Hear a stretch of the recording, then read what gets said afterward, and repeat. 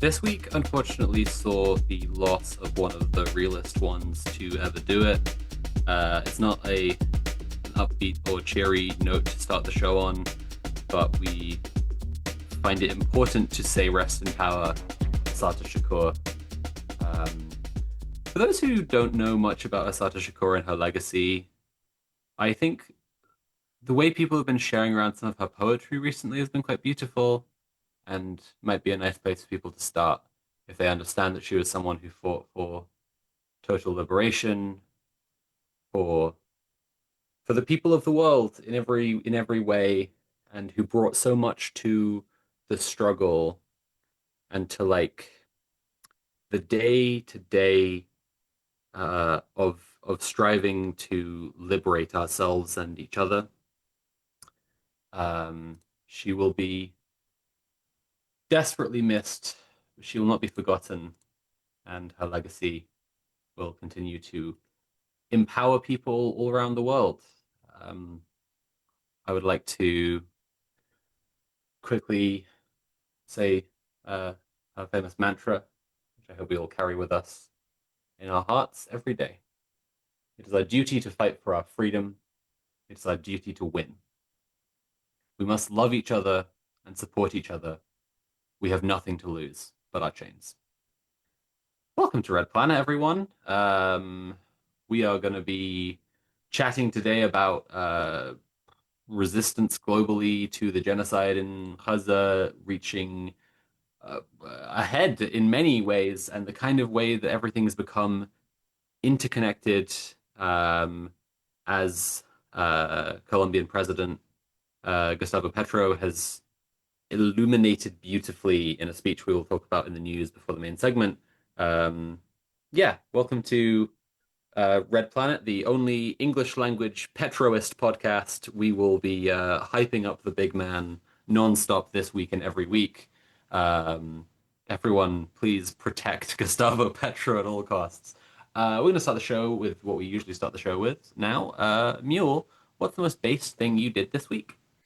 Well, it is absolutely wild that last week I was saying, yeah, I'm going to get back into GMTU stuff. And the first week after I said that, I've just done so much stuff already. It's ridiculous. So I've been going through the back end of the support request thing that we have on the website for GMTU. And we also have a housing rights session, which is an assembly. It's a housing assembly that we do every month. So I am now running the housing rights sessions, and I am also dealing with the back end from the support request that we get via the website. So I've done a lot of emailing, asking people, for more information about their issue, and if they want to come to this housing rights assembly, which is going to be happening at the start of the month next month. And also, almost like the stars aligned. It's crazy that this just happened yesterday, but a member that I was helping while I was still chair, literally a year ago, not only was I greeted with the good news that he's still in the property that we were helping him defend. I had some trouble with rent arrears, basically, and just horrible, evil landlord letting agent shit surrounding rent arrears and trying to get him evicted and all this stuff. So with a combination of help from the law centre and GMTU, he's been able to stay in the property like much more longer than he thought. He actually called me yesterday not to say, can I have some more support, but to actually say, I think it's time that we organise my block. And I was like, okay, this is great for a number of reasons, because once you get a person who you have yourself agitated and you have yourself helped organize actually say those words to you, that is a key indicator that they are ready to become a regular organizer and a regular activist with the union. It was a powerful moment, and I straight away got to work organizing a WhatsApp chat, and it's this simple, chat. Honestly, it's this simple. Get yourself a copy of FlyGimp Pro or buy Clip Studio Paint one off, and you can make leaflets, get them printed at your local Ryman's. It costs like £5.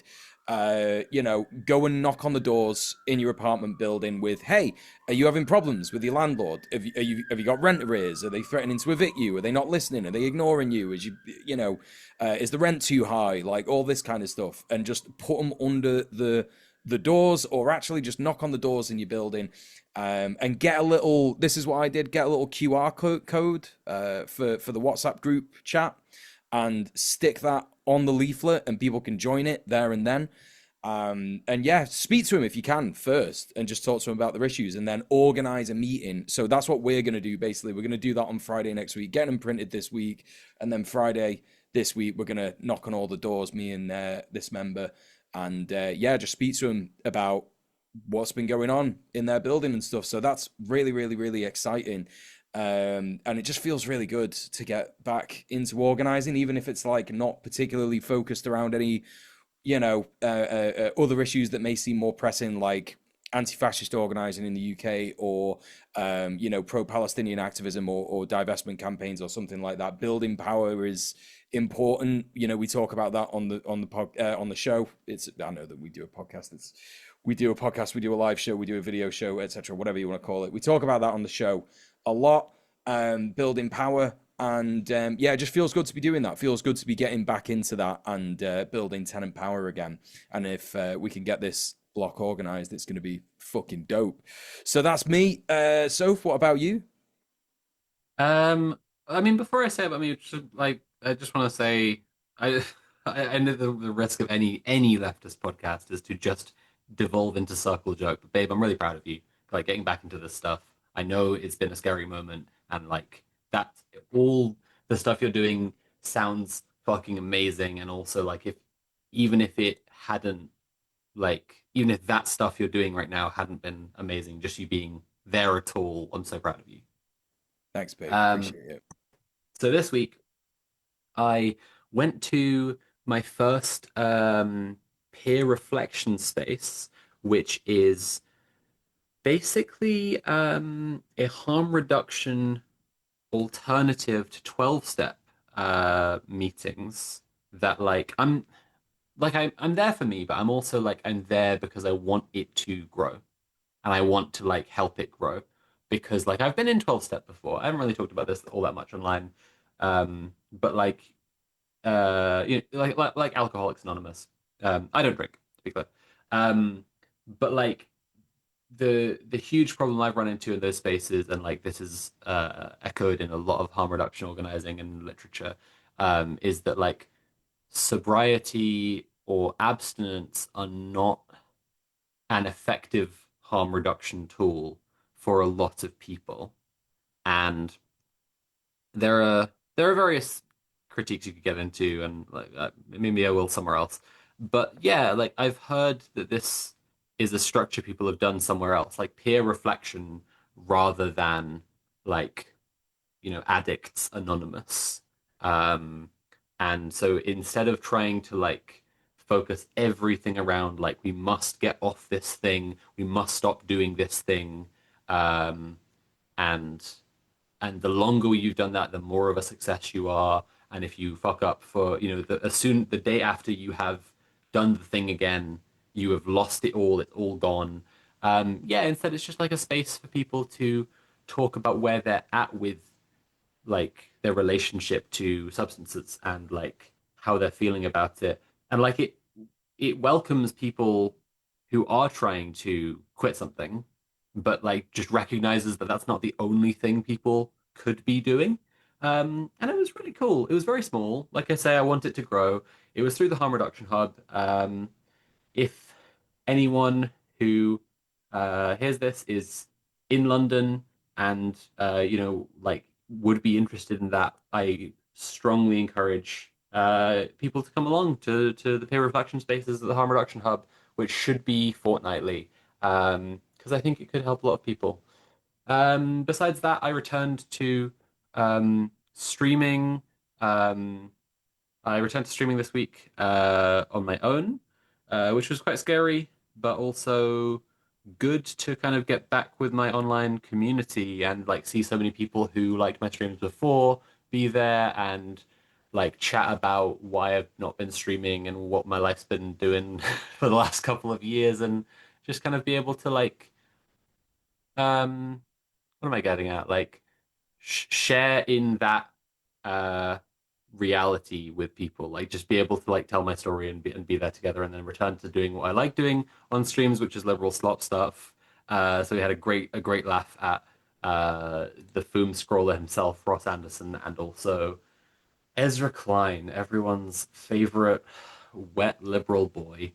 um I Yeah, so those are my base things. Mule, I see you've said in the thing that you'll do it, but actually, I should take this, and then you have the first news thing. So Sure. I'll just do this. Um, but that was my base stuff this week. Not super active, very reflective, but like it is good to do good stuff that progresses you in a healthy direction. Um, as for our based viewers, we have a fantastic write-in this week. So Anonymous has said, "Hey y'all, I've been organizing potlucks with my friends. Lately, we've been having pretty good turnout, from 5 or 6 regular attendees to 10 to 15 regular attendees. Some things we found: 1. Setting food themes helps with choice paralysis when it comes to picking a recipe. 2. People can surprise you even if the theme is more complex. 3. This is vibes because I don't know how to measure this, but I think it contributes to group overall ability to resolve conflict. 4. I'm not sure if this is a product of higher member number or overall higher member engagement, but ever since our potlucks have had higher attendance, people have been willing to fulfill mutual aid requests more than ever." So that's all really exciting. They go on. We started potlucks last February sorry. We started potlucks last February once monthly schedule, but as of July, we changed to an every other week model. I think this also has helped with raising overall attendance in all events. Some problems we're encountering as of September. We've had a potluck every single week. Higher attendance means fewer leftovers, as we don't have a strict "you must bring a dish to attend" policy, instead favoring a "you must contribute in some way to the potluck" model, like doing the dishes or contributing money to other cooks in case somebody is broke. We don't want to turn those people away. I think a remedy might be to split into small groups of 2 to 4 cooking catering sized batches in order to make enough for higher attendance levels. I think we might reach a point where there is too much leftovers, and I'd like to send it towards a local food distro to give away. Thank you for that submission, Anonymous. That all sounds really, really exciting, and it's just Really great great. to see people like organizing that kind of, yeah, like community food security together. Because I don't live in that kind of situation, and like everyone just imagine like living in that kind of structure and community, that you're like feeding each other on the reg and even making plans to like structure and organize it together, so that you just don't have to worry. Like you and everyone else doesn't have to worry about food. Like that's so crazy. That's one of the basic human needs is food, and these people are on the path to getting free. So love our audience. Red Planet viewers, the most base viewers of anything. And of course, we want to know what base things you've been doing in our audience. So please message us on social media, or as Anonymous has done, send an email to based@redplanetshow.com. Include your name and pronouns. That's cool with you. And we may shout it out in a later episode. But for now, we're going to start the news. Mule, what's going on in Italy and Spain and on the way to Gaza? So, yeah, this is the news that Italy and Spain this week have sent ships to support the global Sunwood flotilla. So, after a Zionist attack on the global Sunwood flotilla a week and a half ago while it was docked in Tunisia, union heads signaled to members and people all over Italy to initiate a general strike on Monday. Genoan dock workers had pledged while the flotilla was docked that if anything would happen to the flotilla, they would shut down the docks. They made good on that promise, and so did other unionized dock workers all over the country. In Livorno, no ships were docked that day. In Milan, strikers shut down the train station, and 20,000 strikers gathered in Rome to rally for support. In an unprecedented but obvious response to the complete shutdown of the country in fear of an actual revolution in Italy, the Minister of Defense, Guido Crosetto, announced that he'd send a naval frigate to support the flotilla against any possible threat to the activists. This came the morning after the flotilla was attacked in the sea near Crete, with itching powder and other chemical weapons dropped on them by quadcopter drones that were clearly sent by the Zionist entity. Since the announcement, fascist PM Giorgia Meloni offered the flotilla an aid swap with a supposed Catholic Jerusalem patriarchate who said they'd deliver the aid themselves. The flotilla smartly denied this, and the day after, Crosetto authorized another naval frigate to join them. Interesting developments in the power dynamics in the Italian government, it seems. The day before this, however, the Prime Minister of Spain, Pedro Sanchez, also sent a warship to escort the flotilla. The trigger for this is unknown, but activists in Spain have been pushing Sanchez to adopt better policies with the Zionist entity and is currently the most progressive NATO state on the issue of Zionism, also codifying into law an arms embargo and trade sanctions against the Zionist entity on Thursday, the 25th of September. It is by no means a comprehensive arms embargo, but it is probably the best one that exists at this point in Europe. Despite cynical accusations from the regime that the flotilla is organized and ran by Hamas, they appear to be incapable of saying if any of the activists on board are actually supposedly Hamas, and have been saying very little about the NATO countries' warships, other than they believe what the country's ministers have said, that they are there in case there needs to be a rescue operation. Neither Spain nor the Zionist entity Neither Spain nor Italy have said in specific wording that that is the reason for the ship's accompaniment. But it kind of remains to be seen, right? It remains to be seen exactly what the purpose of them attending the flotilla is. Will it act as a deterrent? Will the Zionist entity go full insanity mode and just bomb Italian and Spanish warships? Or will they murder people in plain sight of these warships, and will the warships respond? Who knows? It is completely unprecedented times. At this point in time, at the date of this broadcast, so it will be a little earlier than it'll be in the past if you're watching this on the VOD or if you're watching the edited version of this. The flotilla is currently on its final leg to Gaza, having set sail from Crete last night. So they should reach, if all goes well, the shores of Gaza on Tuesday this week. So that will be the 30th of September, the 30th of September. So very interesting stuff. Soph, tell us about some more interesting stuff on the other side of the globe. Yeah, sure thing. The name Red Planet really living up this week, and it's cool to see it because there are always periods where things are kind of globally quiet, and we end up reporting on stuff that's going on for me and Mule in the UK, or for Tim in Aotearoa, or American news because everyone's tuned into American news all the time. And then there's other times when it was just the news is just our news segment gets to just be everything is happening everywhere. And I think that's been really true the last few weeks, right? With Nepal, Indonesia, having street violence, clashes with the cops, uprisings led by these massive youth movements, and now a third country in I think 6 weeks totally has had a Gen Z revolution.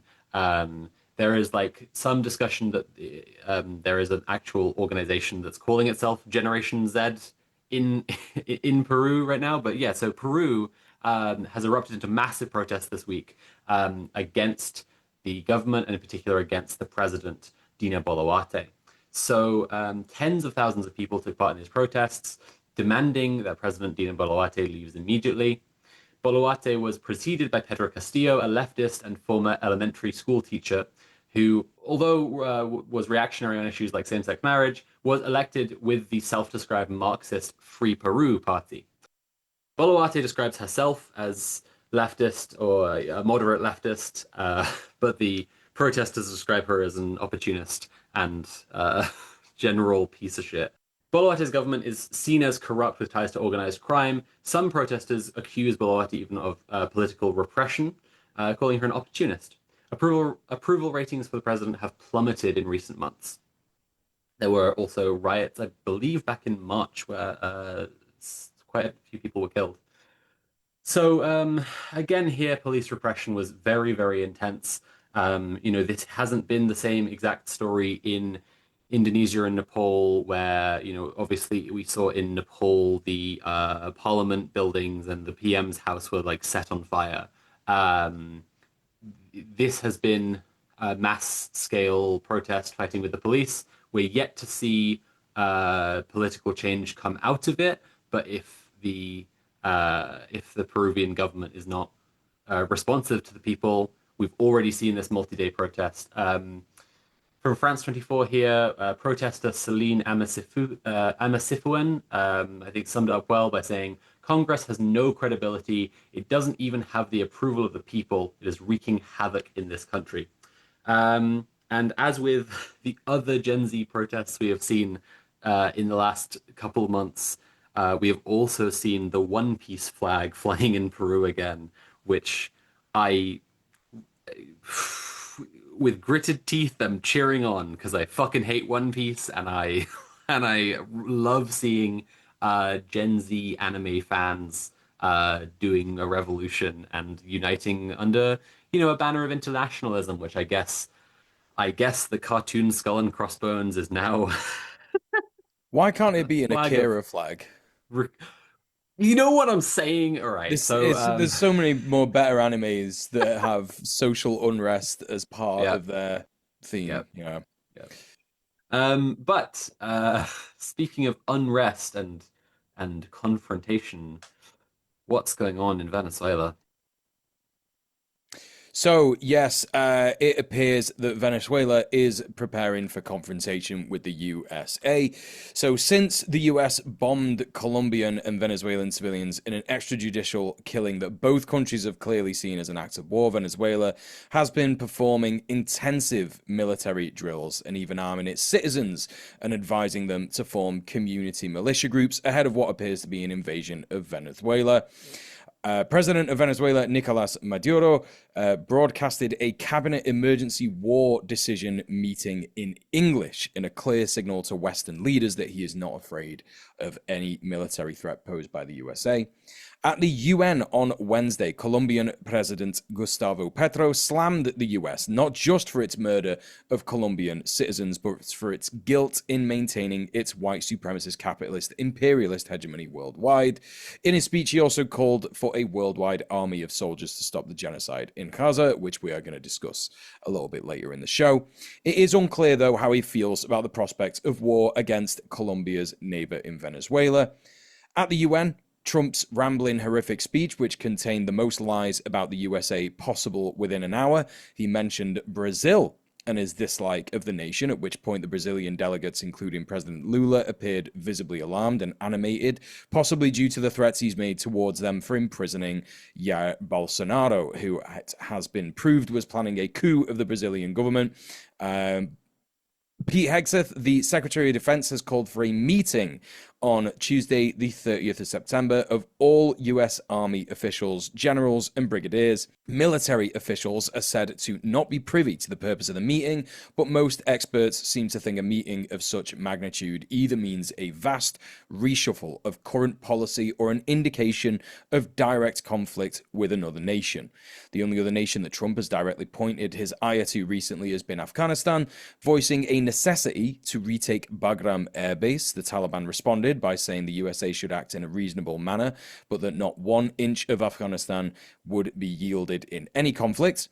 With the difficulty in getting US troops to Afghanistan logistically, and as he has demanded EU NATO countries to up their defense spending and support Ukraine in the war with Russia, it seems that Venezuela is the unfortunate most likely state to be on the receiving end of US aggression.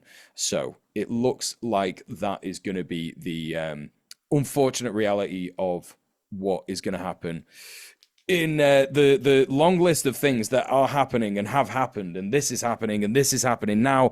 But Sophie, tell us a bit more about something else that's happening now regarding Colombian President Gustavo Petro. Yeah, what's happening now is everyone is becoming a Petroist. I'm calling it now. Petroism will be the biggest leftist faction by 2027. Get in on the ground floor and buy that Petroist coin. immediately. No, of course not. I think it's interesting to see what's going on with Petro because he's come out basically this week and given an unbelievably beautiful, meaningful, like clear-eyed speech to the UN, to the Hague Group specifically, that like lays bare so much that we're all so like unused to hearing world leaders say the kinds of things he's saying. But even besides the poetry and sane making like niceness of hearing him tell the truth. Uh, he said some quite consequential things, some things that either will have to be shut down by the ruling class as fast as possible or are going to be a really big deal. And we'll get to that properly in a second, but uh, after giving this UN speech, he went outside the UN and he got the bullhorn and appeared alongside, I think, Sting and some other like US celebrities and celebrity activists. And he basically gave a speech to people in New York saying uh, that Americans have to revolt, like just calling for, like revolt against the government. He was calling for like National Guard troops to, refuse to point their weapons at their own people and to disobey orders from Trump because they're immoral orders. Great, like top tier burying of the lead I saw from Sky News there, where they had said, he went out and told the headline was like he went out and told troops to disobey Trump. And then when you read the article, they themselves have to admit what he said was, don't point your guns at your own people. And if Trump orders you to do that, disobey Trump, which is just like an infinitely reasonable thing for anyone in the world to be saying. Yep. And they've instead run with like, world leader, the leader of Colombia is calling for a revolution in America, which like is also true. So I'm not going to say they're lying there. Um, as a consequence of Petro speaking in this fashion and calling for the kind of actions that he's calling for, and as a doubtless as a consequence of what his UN speech said as well, and we'll get to it. They've said they're going to revoke his visa and not allow him to travel in the US anymore. Which, like, after his speech, I was more worried they were just going to arrest him immediately. To be honest, like when I saw that he's like safely back in Bogota, I was like, oh, it's fine, everything's fine, everything's fine. But in response to uh, them, who was it who actually tweeted? Department of State tweeted earlier today. Colombian President Petro Gustavo stood on a New York City street and urged U.S. soldiers to disobey orders and incite violence. We will revoke Petro's visa due to his reckless and incendiary actions. And Petro and Petro tweeted in response, I no longer have a visa to travel to the United States. I don't care.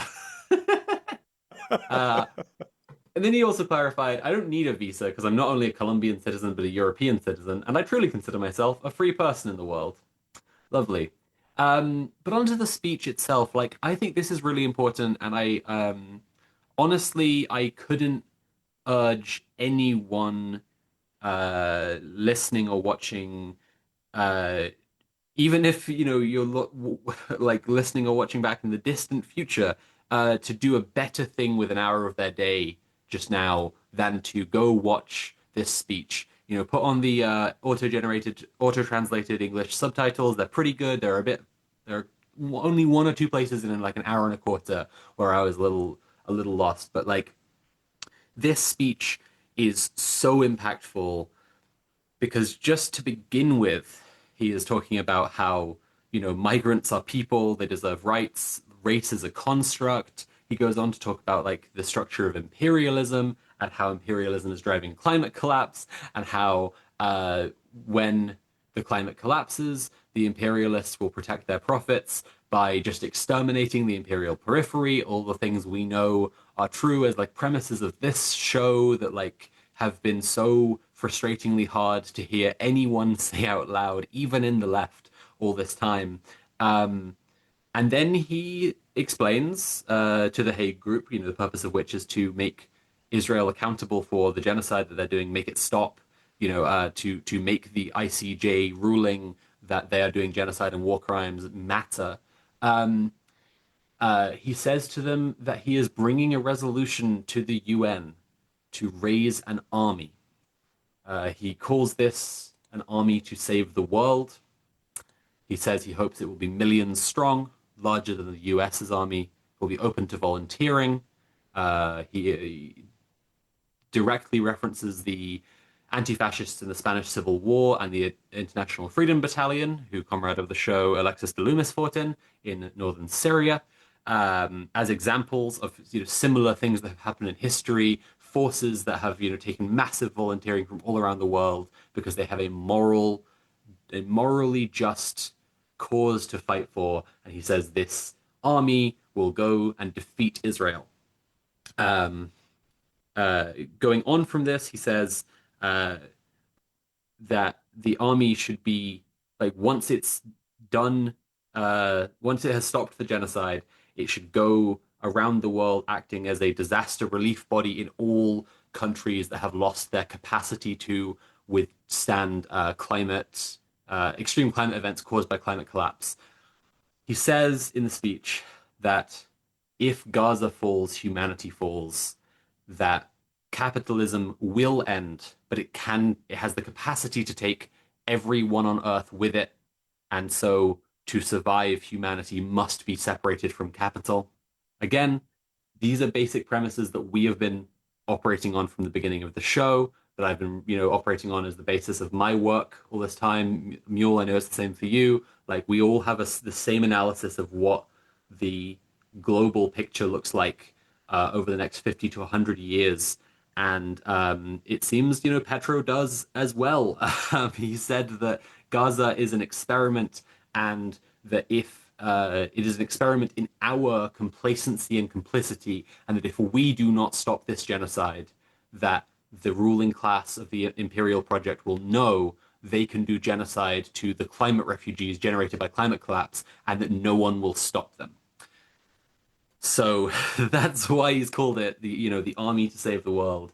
This is um, this is big, and like this is why we want today to talk about how kind of everything's coming to a head.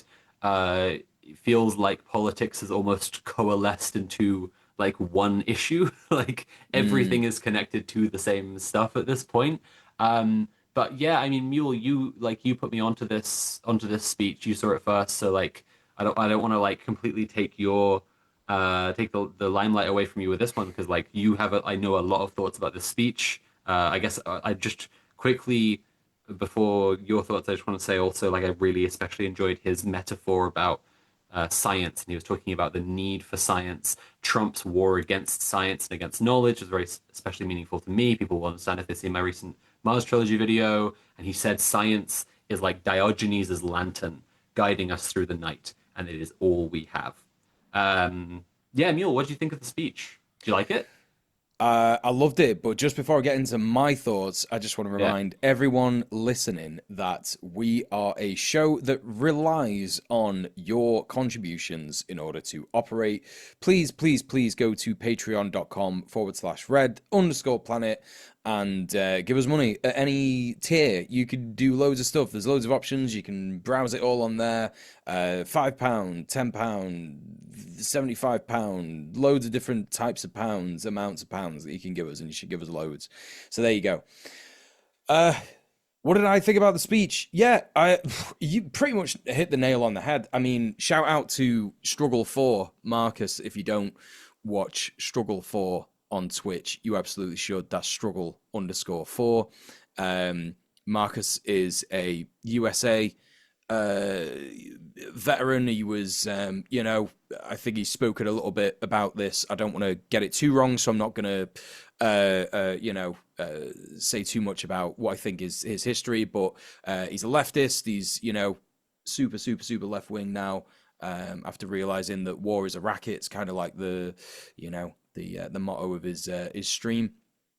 But yeah, he did a really good job reading out the subtitles to everyone because it was my day off. And so I was just gaming, and Marcus was reading out all the subtitles in the best way that he could, despite the auto translate on YouTube being a little fucky at some points. So huge shout out to Marcus for doing that. It was great. And yeah, it is just one of those. It's like, it's really easy to be cynical, and it's really easy to, I guess, kind of brush this off. I have already seen it, and I will say this: we're about to see some of the most insane things that anyone could say about any person ever about Gustavo Petro. Like, people are just going to say some of the most insane things. And I already saw it last night. Someone was saying, like, Gustavo Petro loves to paint himself as this revolutionary hero and blah, blah, blah, blah, this, that, and the other. And I was like, he didn't really do that. So I don't know what you're talking about. And then, said all this kind of things like, oh, there's USA military bases in Colombia, so I don't know what he's talking about. And it's like, I just did a quick Google and I couldn't see any. I don't know. So it's difficult. There's going to be misinformation. There's going to be disinformation being spread around. There's going to be misinformation and just kind of people saying whatever they want, really, because it's really easy to just say a bunch of stuff, I guess. And maybe that's an important point to point out with regards to this speech. It is easy to say a bunch of this stuff, especially if it's what you believe. And I don't know a huge amount about Gustavo Petro, but what people have said to me in the wake of this speech is that he's got a history of being a guerrilla, and took part in I think it's called the Bolivar Revolution in Colombia. I might be wrong about that. And he, it may not be particularly communist or whatever, but he's overall a left-wing social democrat. I could be getting this wrong as well. But yeah, like, people love to say all kinds of things about Latin American leaders. Particularly, I'm not saying that Gustavo Petro is the same as Fidel Castro, but there was so much shit that people said about Fidel Castro when he was alive. People continue to say shit about Fidel Castro after his death. People continue to say things about the state of Cuba. Fuck you, Mehdi Hassan. I saw you doing fucking imperialist propaganda this week. Oh, it was just so deeply frustrating. So yeah, listen, I guess all of that preamble is to say, I don't know about the scruples of Gustavo Petro, and yeah, I think it's important to scrutinize any particular individual, but as the president of a country, saying that stuff has so much weight, right? It has so much fucking weight in terms of, this is all just revolutionary stuff. This is all just revolutionary, socialist, fucking like pro-environmentalist, anti-Zionist, anti-fascist, anti-imperialist. It's all there. Like, he doesn't really get anything wrong, you know?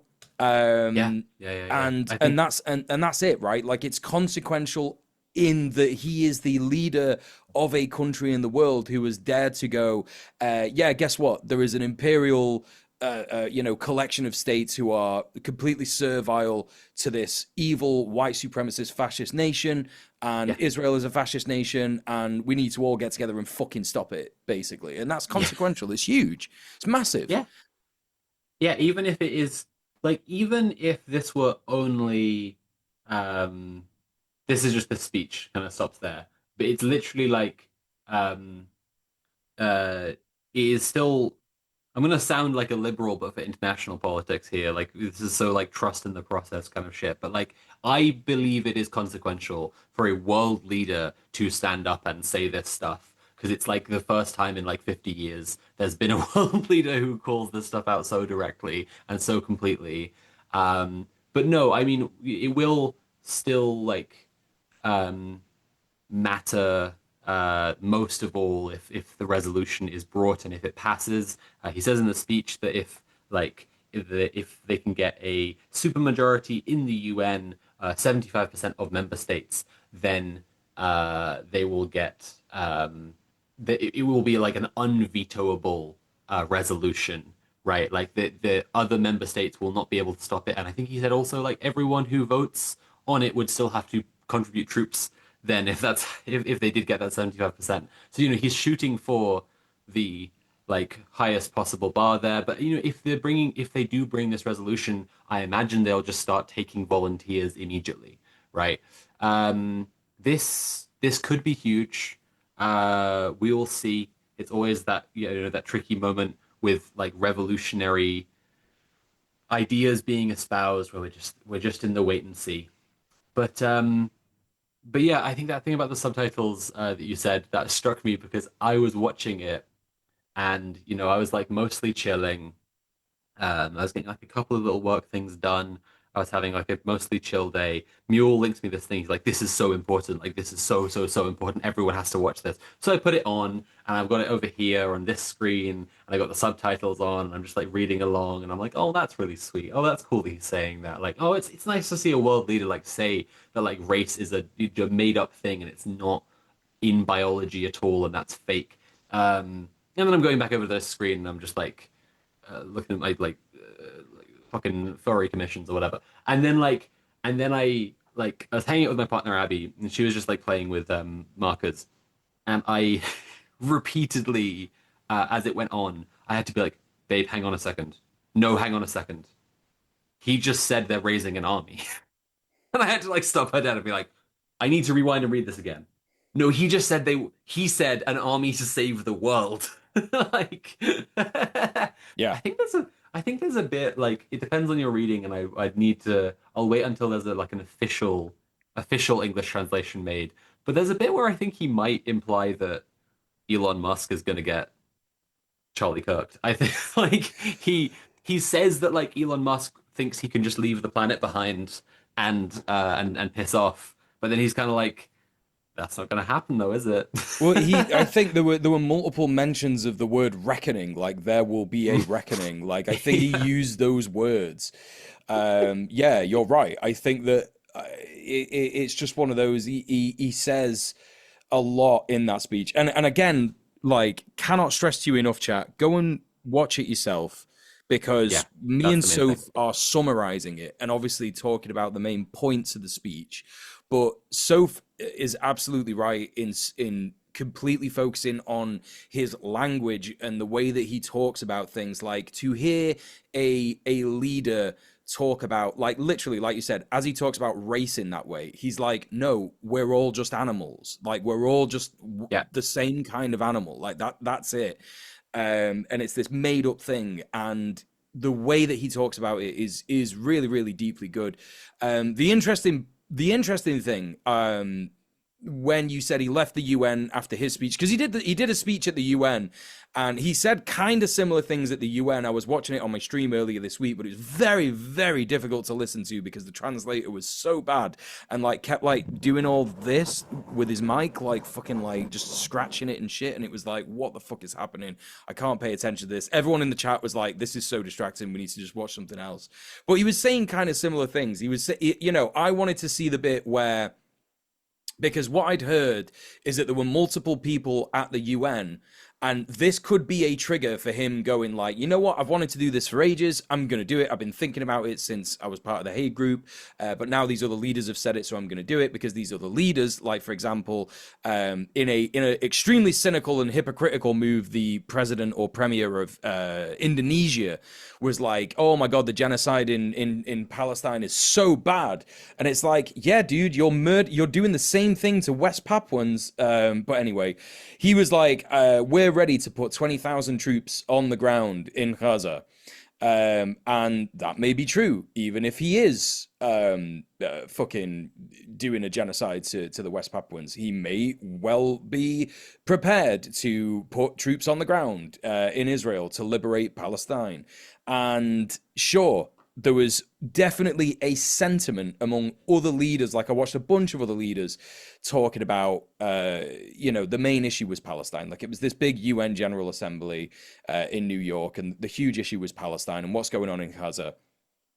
And yeah, it feels like, I think Petro knows that that's where we are right now. Like that is the temperature everybody in every fucking country all over the world is like, Yeah. this is the worst thing that is happening. What the fuck is going on? Like, why isn't anyone doing anything? Why can't we Hmm. fucking stop this? Why aren't we sending our armies there? Why aren't we doing anything? Like, people are literally just sat there thinking, like, every time I've posted about the Spanish and Italian warships going and supporting the flotilla this week, people have said, why isn't our Navy doing something? Why isn't our Navy doing anything about this? And it's like, yeah, why Because of aren't they? imperialism. Yeah. Because they understand that it is far more beneficial for them to wipe out the Palestinians and establish this horrific Riviera, just completely colonize Yeah. Palestine. It's You know, to them, it is a miracle. I can't say this enough.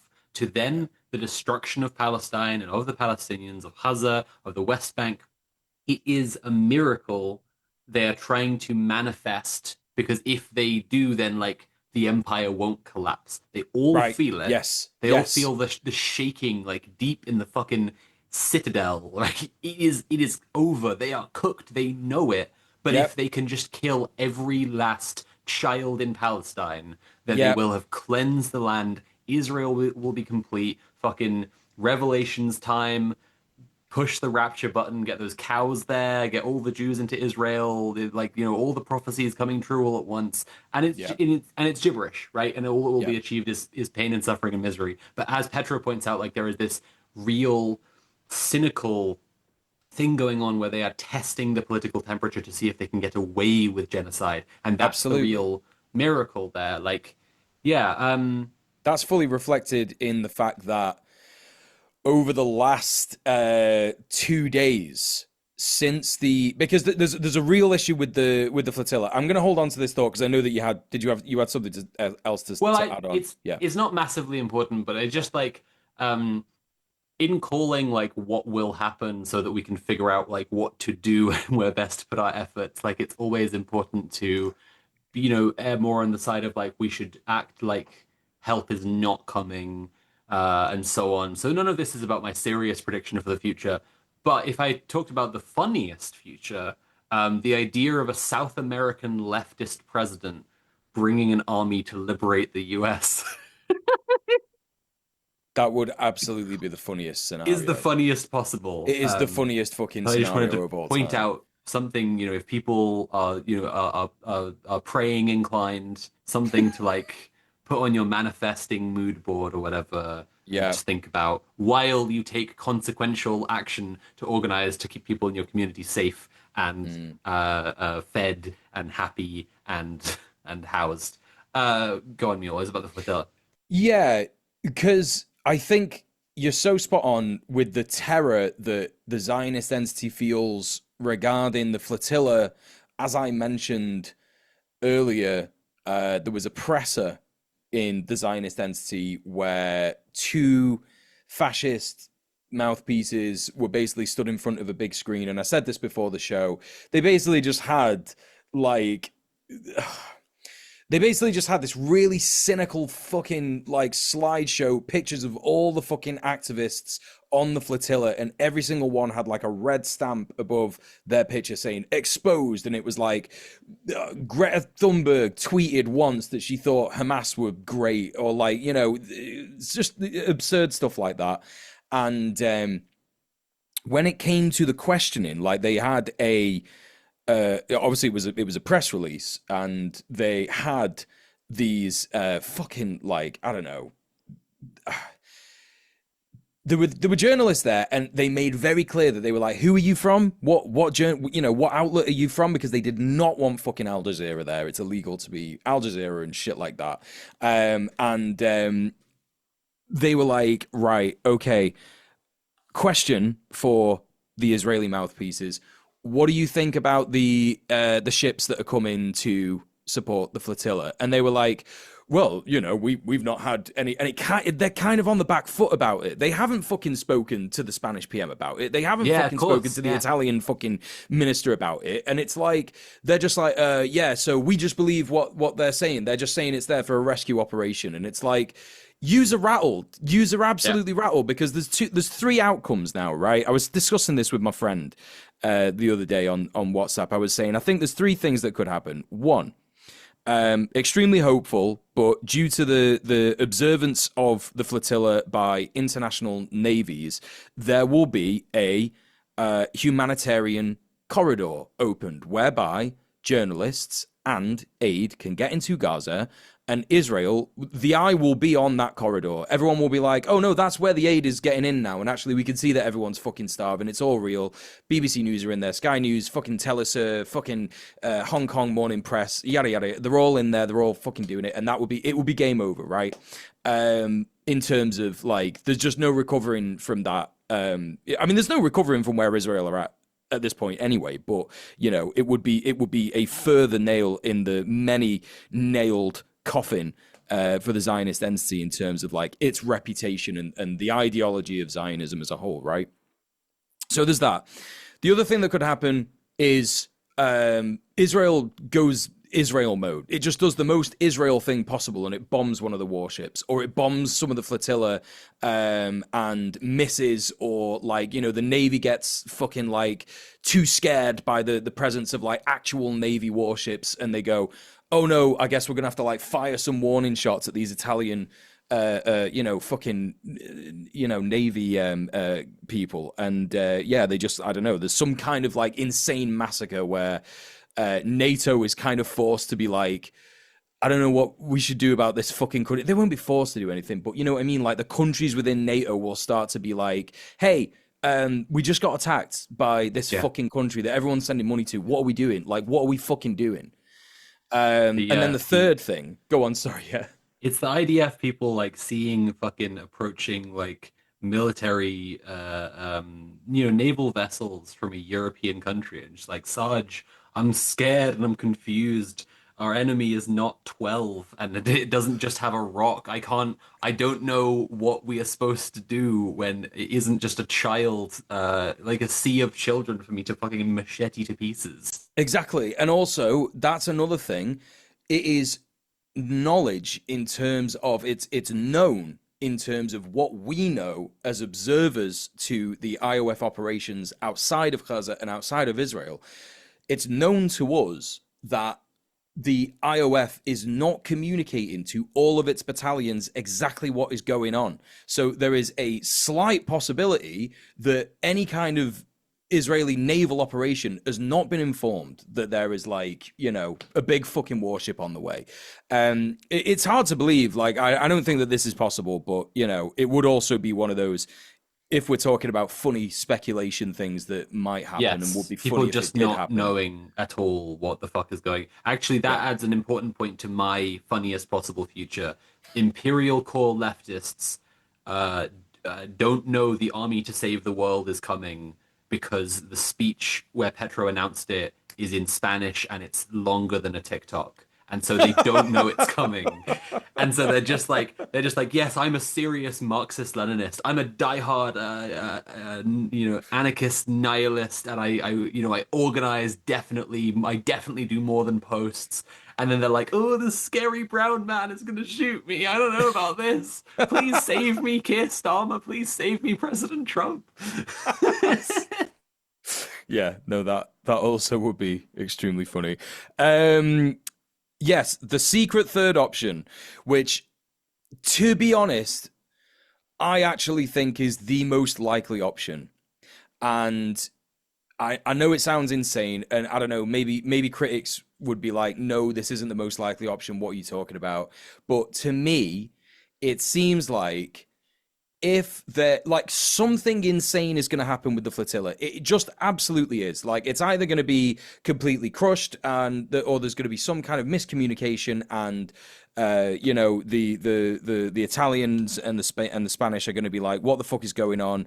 Obviously the Italians will do a general strike, and there'll be some kind of fucking insane collapse in Italy, but it will be led by trade unions, and that's always good, which could be consequential in terms of, their relationship to the Zionist entity anyway. But whatever happens, they're going to need a distraction, because it is going to be the most unpopular thing in the local not Arab world. So, where is Israel? It's in the Mediterranean. The Mediterranean countries that surround it that are not in the Arab world, in the Gulf states, places like, Italy, Greece, Spain.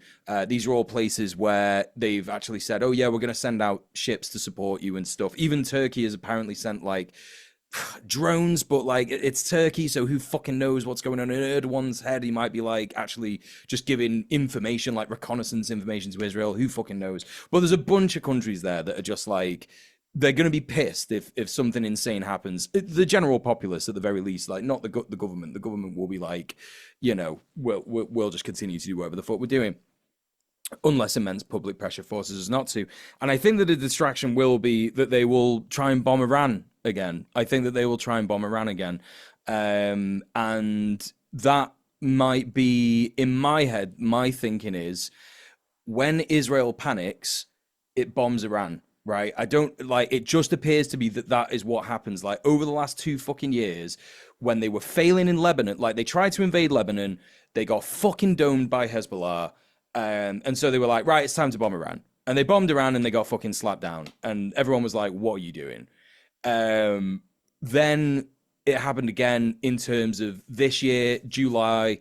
They were like, shit, Gideon's chariots isn't working. The resistance keeps fucking battering us. Let's bomb Iran. Right? They just go to Iran every single time. It's like, we're going to bomb Iran when we're failing. And it's like, I don't know. It just seems to be a pattern.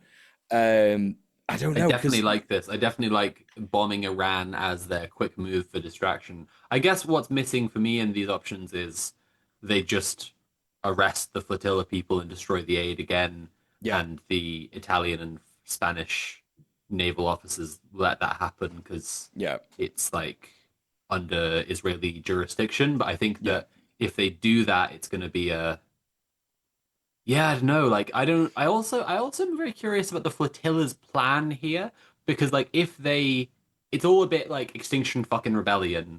If they went there once and got arrested and the aid got destroyed, and then they're going there again, and their plan is to just comply and just be like, just go along with everything, you know. So I think it's an interesting one. Well, their plan is definitely to establish a new humanitarian aid corridor. Like they want Sure, to sure. get to Gaza and be like, this is where countries can come. You can come to our, UN, not really UN protected place because it won't be because Israel will just fucking bomb them, right? Yeah. You could come here and you could bring aid and Palestinians can get it, etc., etc., etc. But yeah, if that does happen, the difference is if what you said happens again, which is that Israel just destroys the flotilla and takes all the aid again. The difference this time is that there has been a huge mobilization in Italy surrounding the global trade, not just like Israeli trade, global trade. They're like, right, nothing's leaving Italy, nothing's getting in, nothing's getting out, right? If this doesn't go to the right, in the right way, we are shutting down the fucking country. They did it for one day. Like, it is so important to state, like, I cannot stress this enough. Anyone listening, anyone watching, Giorgia Meloni is a fascist fucking far right piece of shit prime minister who loves Mussolini. And the reason that this has been allowed, the reason that Italy has sent not one, but two warships to look after this flotilla, whether it's going to work or not, whether it's there to actually like fight Israel or anything, it's not. They're not going to be there to do that. She has allowed the defense minister to authorize this because she's scared of seeing an upside down plaza. Like, that's what it is. She is scared of seeing the world through Mussolini's dying eyes. At the end of the day, like, the Italian dock workers did it for one day, and the entire country went along with it. It seemed to be pretty well organized. It was literally one day, and this was forced into being. So what is possible when we can get together and shut down the entire fucking country? Yeah, she hears the echoing of Bella Ciao. Like, that's what it is. Like, she hears it and she's scared. And that's what it is. And everyone in government is scared of a popular uprising. They are scared of a general strike. So yeah, extremely important to remember that that is why this has happened. And if something goes wrong with the flotilla, then there will be global trade disruption with regards to Yeah, Italy. There won't be any shit coming out of Italy or getting in.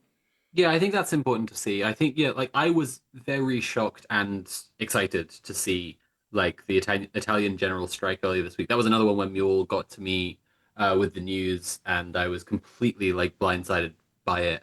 I'm very excited about. So Mule, you know more about this. I think you covered it in your stream.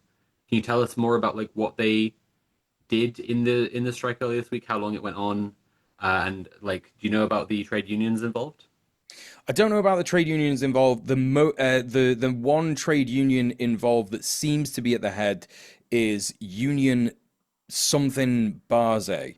It's USB is the acronym, and they yeah, it seems to be like the most popular union in Italy in terms of like it's the biggest one, and it seems to have the most support nationwide.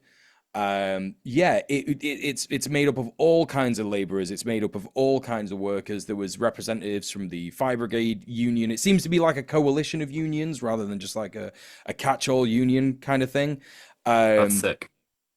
well, again, like memory of this is not great, and I might be getting some stuff wrong. But the long and short of it is that it was a 24-hour strike. So this it wasn't even in relation to I guess like not getting to Gaza or the Israeli military like taking all the aid or anything like that. The flotilla got attacked by drones when it was in Tunisia, so they started organizing this and saying like, look, if anything happens, we're going to shut the country down. We're just going to shut all the docks down. Nothing's getting in or out. And then the flotilla was attacked again on, I believe it was Tuesday night. So this was after the flotilla. Sorry, this was after the general strike.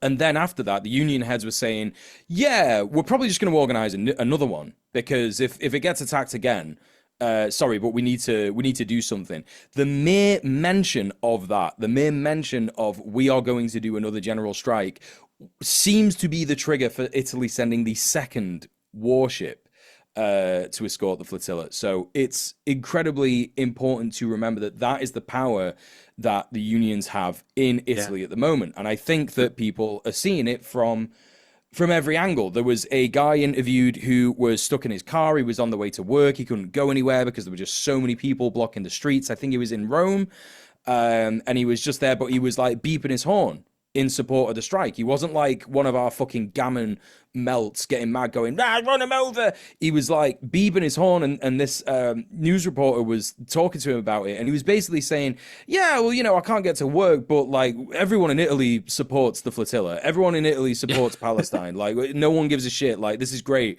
Like well, I'm just gonna chill like in my car for like a few hours. You know what I mean? It's like, and that's the sheer amount of support that they have for this in Italy. So, yeah, in terms of it being organized, it is a coalition of unions all over the country. I don't want to say it was just this one union, but it appears to have been, it's definitely been coordinated by a bunch of different people. And, the strongest unions are obviously going to have the most people, and the most people are going to shut down the most stuff. And that's why I know of USB, but I know that they have been obviously organizing it alongside a bunch of other people. I very much think that it's a high probability that our friends that we interviewed at some point last year from the factory in Firenze are probably doing their part. Yep, the cargo bike makers. Yep. Yeah, there's gonna be all kinds of people that have gotten involved in this. Yeah, and I think it's worth repeating what you said already about like um Maloney, is a fascist. Like truly just fascist through and through. Like her party is the Italian Brotherhood or Yeah, whatever, like really dork ass Assassin's Creed shit going on here. And like, constantly she's giving speeches at rallies that are all about like the transgender menace and like the threat to the way of life and all the migrants coming in their hordes and whatever. Like in light of Petro's speech, you can see how this kind of reactionary dog shit like that they've been giving us all our lives has been like preparation for when there will be more migrants, like preparation for general acceptance in the imperial core of just exterminating these people en masse. But but despite being all those things, like fucking Georgia, fucking ask not for who the bella chows, it chows for thee. Fucking the union, yeah, the strike just completely, you know, clapped her shit. Yeah. Yeah, apparently only 34% of Italians have a positive view of the government's performance, which is down a massive amount, and negative views have climbed to 62%. So 62% of Italians surveyed, were basically like she's absolutely awful and we hate everything that she's done, essentially. Um, and it's interesting because Italy's got a racism problem. Obviously, there are so many countries all over Europe that have a racism problem, and it's going to vary in what kind of racism, um, towards which specific ethnicity and why and all that kind of stuff. Obviously, the entire anti-immigrant sentiment all over Europe is up because of the climate crisis, which is what we've been reporting on here on Red Planet ever since we started. It's one of the first things that we did. And it seems to be in Italy that it is an anti-black racism, so anti-African, um, you know, sort of sentiment comes from basically years and years and years of anti-black sentiment in Italy, basically. And yeah, I think that it's even though that is the case, even though Italy has a huge anti-black racism problem, they could see very, very obviously, like everybody else can, that what is happening in Palestine is a genocide, and they understand their government's complicity in the genocide and have taken actions to make things better in what way they can. So it is a really interesting kind of thing, and Maloney, there's been like a bunch of discourse around like whether Maloney is disliked because she's not racist enough, but I find that hard to believe because Italian immigration laws are absolutely fucking insane at the minute. There appears to be it's like what would happen to me in my eyes. It's like what would happen if reform got in the UK.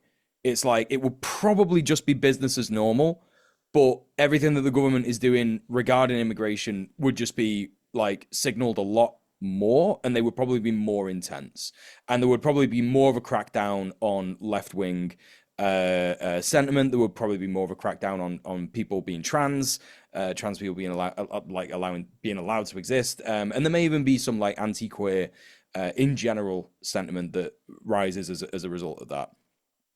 So I think that like that's the best way to kind of understand Italy, and I'm probably missing like a huge part of it as well. So important to remember that. But yeah, like she has a fascist government. She is a fascist. It is literally just like having reform in government, but in Italy. And even then, she was like, okay, yeah, we're going to authorize this this warship to support this pro-Palestinian anti-genocide thing. I mean, actually, could very well be an anti-Semitic thing, like a legit anti-Semitic thing, but that doesn't make sense when you look at Italy's relationship to the Zionist entity. No, exactly. Yeah, it's clearly organized labor pressure. Yeah. And the fact that Maloney was trying to push the flotilla to basically, I mentioned it in the news story earlier, but basically what she said was, "Hey, we've met up with this patriarchate in it's a Christian patriarchate in Jerusalem, and what they said is that if the flotilla gives all the aid, we can meet with the warship and you can put all the aid on the warship, and then the warship can go to Ashkelon and then drop it off to the patriarchate." And then they'll distribute the aid. And it's like, obviously they were like, nah, we're not doing that. No, thanks. So yeah, so it's clearly like she is clearly trying to get them to not do this. So she clearly disagrees with it. So it's such an interesting thing to look at in terms of, Yeah. why it's happened, what's happened. Like, we know why it's happened. But in terms of like the temperature in Israel, the temperature in Italy, and how people feel about it, like, it's clear that like everybody wants this to happen, and so everybody striked, and it Mhm. looks like they're going to strike again. Yeah. So I think this is, it's so telling, and it's really like peeling away so much bullshit that we've been having to like. I just keep on going back to the Petro speech because we live in a completely crazy making, fatiguing, insane world where we're constantly told that like the only politics that matters is the one you do in the ballot box, and the one that's happening on the news as spectacle. And we also know that it's just performance, and the whole thing is just being played out according to the whims of capital. The UK right now has a nominally left-wing government who is just like rocketing like faster than any other party, like through every like red line of fascism you could imagine. They're bringing in like more restrictive anti-trans laws than like the majority of U.S. states. They are like they are like saying that migrants will have to do community service to like earn their citizenship. They are like Starmer is talking about like national patriotic responses to immigration and saying that the left has been too scared of dealing with the real problem of immigration this whole time. Like at the same time that they want to bring in like the Brit card, fucking drop your Brit card, mate. Look behind you, where's your Brit cards? Look on the ceiling, your Brit cards up there. The jokes write themselves. They want to bring in the Brit card, like mandatory ID for everyone, and you can't get a job unless you have one.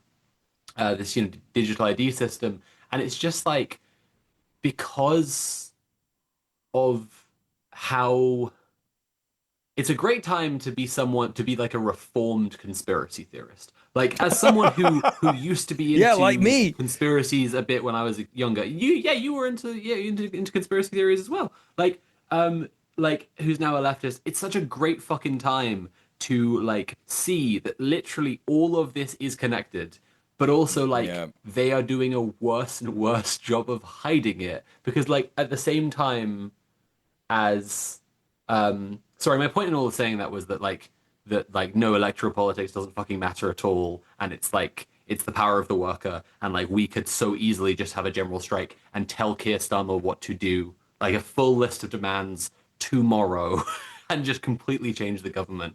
Um, Without our brain and muscle, not a single wheel would turn. Fucking Pete Seeger had it spot on decades ago.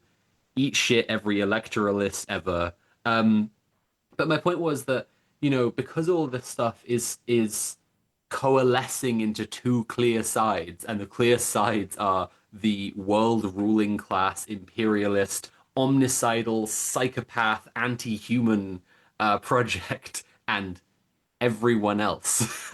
Like, you look at like what Starmer's doing, and it's like how is anti-trans, anti-immigrant, mass surveillance a Labour policy set? Oh, it's not because obviously you're just doing what is like the richest people have told you have to do because it's profitable for them. Obviously you're doing this because fucking Britcard will make it easier for Britain to be part of Palantir, yeah, and anti-immigration stuff lines us up for yeah, Fortress Europe, for mass genocide against the imperial periphery under climate collapse, and anti-trans stuff is like a wedge issue that they're using to paint the figure of the like evil degenerate leftist who they can then just like purge anyone who politically disagrees with them while slandering them and smearing them all the time, like testing out technologies of repression on queers as they move to like lock down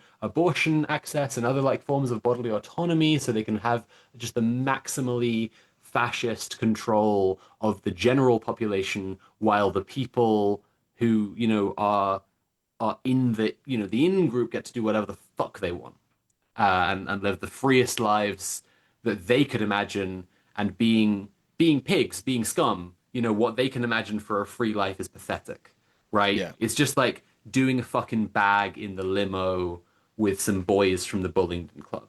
Like Yeah. it's just like having such a fun, like raw, like such a good weekend with Todger the other day. Like, oh, it was so good. Like that's them is like the ultimate freedom, right? That must be protected by Yeah. doing infinite genocide against the imperial periphery. And Yeah. it's like everyone else yearns for a freer freedom than these fucking sickos could possibly imagine. Yeah. I'm ranting. I'm definitely No, no, ranting. no, no. It's good But at to the rant. same time, at the same time, like it's a good fucking time to have this like impulse I've had to try and fight in order to like be reasonable about politics and like combat like everyone's tendency towards misinformation by checking stuff my whole life. And now I'm just like, nah, they're just making it so obvious. Like it's so obvious now, like their project, and I know it's like I've talked before on the show about how like when this mass wave of like leftward radicalization started, people started waking up en masse to this shit because they really are.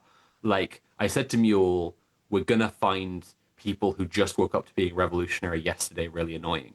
And this continues to be true. This just continues to be true. All these people who have the politics that like we had years and years ago, and I'm sure we were annoying to the people who were already revolutionaries when we woke up in that way, and they're so annoying as they're on their journey to figure out stuff. But it's fine; they're on a journey, they're just going through baby time, and baby time is Yeah. good. Yeah. Um, Yeah. but those people are like, it's just so fucking naked. Like a world leader gave a speech at the fucking UN that said, yeah, so migrants' rights and political repression of the left and enemies of the fascist regime and climate collapse and Gaza, they're all the same thing. Yeah. And he put it together just perfectly. And that's why I keep Hmm. coming back to the speech. Because I'm just like, yeah, I've known this whole time. But seeing a world leader say it is like, oh my God, we might see something fucking done about this. Yeah. Like actually done about this. Like actually Mm. confront these fucking pieces of shit. And and I'm not even necessarily talking about like big fight time because as it is, the American economy is just about to shit its pants. Like any second. I was Like literally about to say they that got no same thing. bullets. Yeah. Yeah. Like It's actually crazy that because this is it, right? Like if you think about the brain let's try and pull right back and like observe the fascist neoliberal imperial core. Let's pull right back and see what we've got. So, point of information. I just want to clarify that what I just said, Deutsche Bank came out this week, said the entire US economy is only held together by the AI bubble. Just wanted to, that's the reference point for people to look up. Very yeah. important. And You go on. if you wanna know how important it is that Deutsche Bank are saying that, Deutsche Bank are like, if you don't know this, they're like a fucking traumatized like little puppy in the corner going like, this has happened before. This has happened before. Please, please don't let this happen again. And no one is fucking listening. Literally no one is listening. All the kinds of people who were doing things like, yeah, we're gonna get like all the different mortgages, like sniffing lines and just going like, right, we're just gonna get like 10 mortgages and like slam them together in this one bond and then sell them to like fucking everybody and they're just gonna, and that'll just rate them at like AAA and like sniff another line and be like, yeah, it doesn't matter how many people die, we'll just make loads of money. And then everybody fucking who did that killed themselves because they lost all their fucking money. Like it's happening again, but with AI. Like these people are just not, they're just not fucking getting it. They haven't looked like they're so fucking absurdly brainwashed by capital and thinking that like capitalism is the only mode of production that's ever worked. And so they're just like, right, yeah, no, you have to just keep doing capitalism. And if line go up, then everything good. But refusing to look at the past, like literally refusing to look at how long ago was 2008? Fucking 15 years ago, 20 years ago. It's just absolutely wild. But anyway, I think the key thing and before that was the dot-com bubble as well. Yeah, like that was what in the early 2000s. Um, it's funny that I was just reminded of the dot-com bubble Well, by our I will, producer because well, what we were okay. saying, Soph, before the start of the show is what does it feel like now? What does it feel like? It feels like September 10th, 2001. It feels like if you knew it was September. It doesn't feel like people felt then. It feels like if you were put there and you knew it was then. Yeah, That's what it feels like. yeah, That's honestly yeah. what it feels like because like I want to just say about this .com thing. I think the comparison people are making there comes from like two things. One is it being a tech related thing, and the other is it being like a kind of underestimation of how much harm AI crashing could do. But in all seriousness, like I think that I've just had the note from Conrad that it's also the ubiquity of the sales pitch, like it's being pushed to absolutely everywhere. That's also a very good point, like reason to make the comparison. But I do think economically, this might be much more like 2008 It's got on far more. meth. Yeah, Like it's going to be worse because than 2008. Yeah. the yeah because the tech industry is not how it was in the early 2000s. It is so like deeply interwoven with the American government at this point. It is so deeply interwoven into everyone's lives in America and how like power is structured in America, and it's like it's the only profitable sector right now. Like everything is dependent on it to keep them propped up at all, and it's making nothing but losses on AI that they are throwing like so much money in just hand over fist and like and they're hitting like physical constraints. I was just watching earlier about like they can't build enough data centers and don't have the electrical infrastructure to pull off like the kind of growth they are counting on in order to return any kind of profit. But like but sorry, I think that's worth relaying. Conrad's also just said an analyst has said there isn't enough capital on Earth to accomplish what they're planning. Um, but like, yeah, like they are caught in this insane, like magical thinking. I think I've heard many people already now say it's like they are Wile E. Coyote and they just haven't looked down yet. Like they're just off the edge of the cliff, and we're in that moment right there. Because Yeah. like, but economically, I think this will be like 2008, and I think it's going to affect so like every industry in America like so rapidly. It's you're not even talking about knock-on effects. You're talking about they're all just like lashed together so tightly it's going to be all at once. And like Yeah. at the same time as that, like they've been trying to cut down the government as much as possible so they don't have like the capacity to respond to a massive crisis. And at the same time, they need the military, like arguably now more than they ever have, because they've just started like massive political repression and they won't be able to fucking pay their troops. And when you don't pay your troops, like one thing historically happens, like precisely one thing happens when you stop paying the soldiers in all of human history.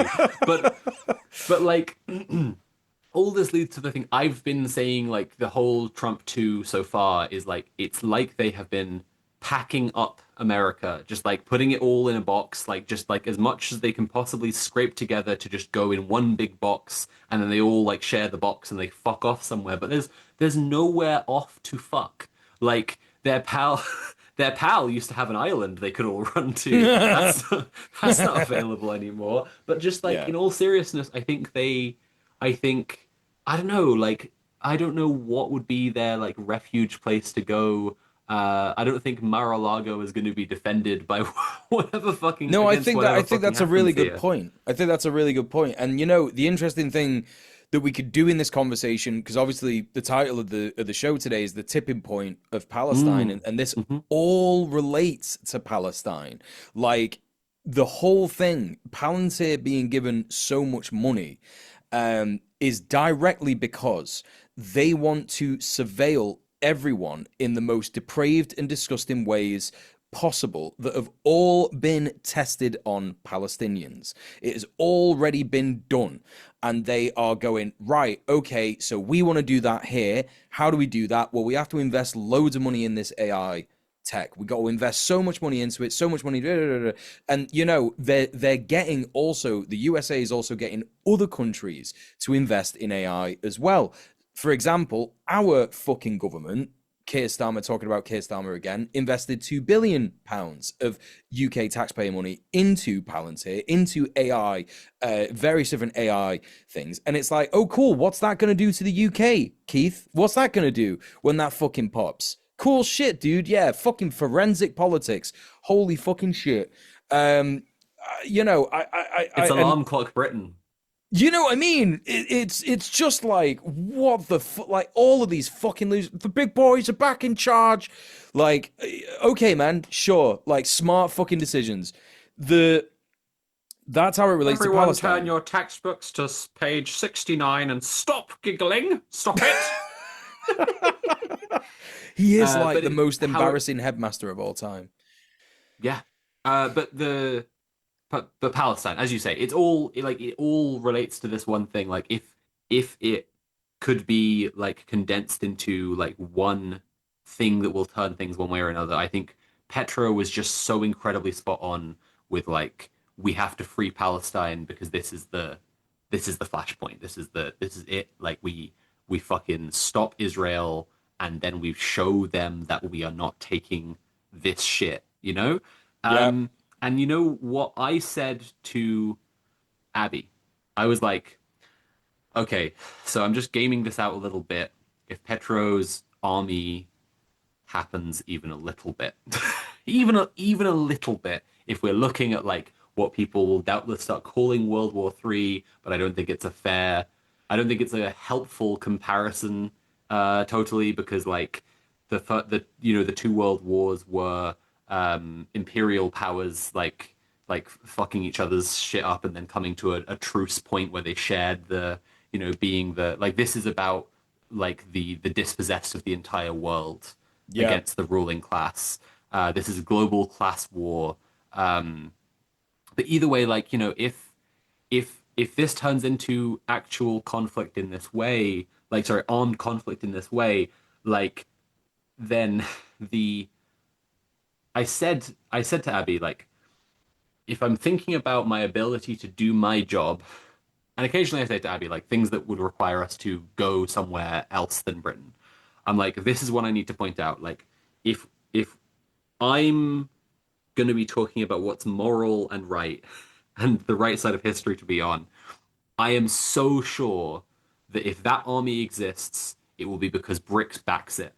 And if BRICS backs it, then it becomes this like all the evil, bad, scary countries in the world versus all of the West, all of right. the protect the white women and the white children, right, against all the evil, bad, scary countries. And I'm sure like that, it will be illegal to say the army to save the world is a good thing. And I Yep, was just like, so that's just I know that's like 5 or 6 steps of possibility away from where we are. So I'm just saying, like, let's just put a pin in that one. And then today, Mule links me another thing, and it's Palestine is applying for BRICS membership, right? And it's like, if Palestine is going to get BRICS membership, then BRICS is definitely going to fucking back the resolution to form the army to save the world, a right? thousand percent, a So, thousand like, percent. I don't know. It just seems like it might fucking happen. And at the same time as all of this, like the the Gen Z uprisings, the Gen Z revolutions happening, and that's really striking. Like, and reminds me of a Graeber quote. Everybody drink.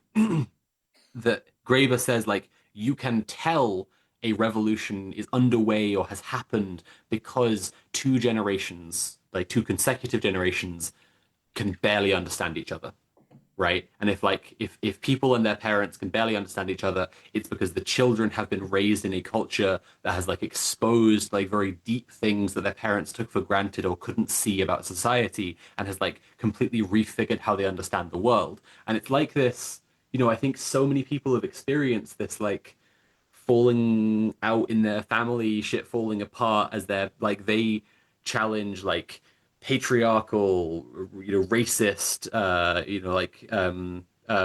chauvinistic and imperialistic ideas, and their parents are like angry at them because what are you talking about? That's just the way things are, and don't think that they're being like extremely like repressive or oppressive in how they're talking. And the woke university student are like, Dad, why are you being a fascist and whatever.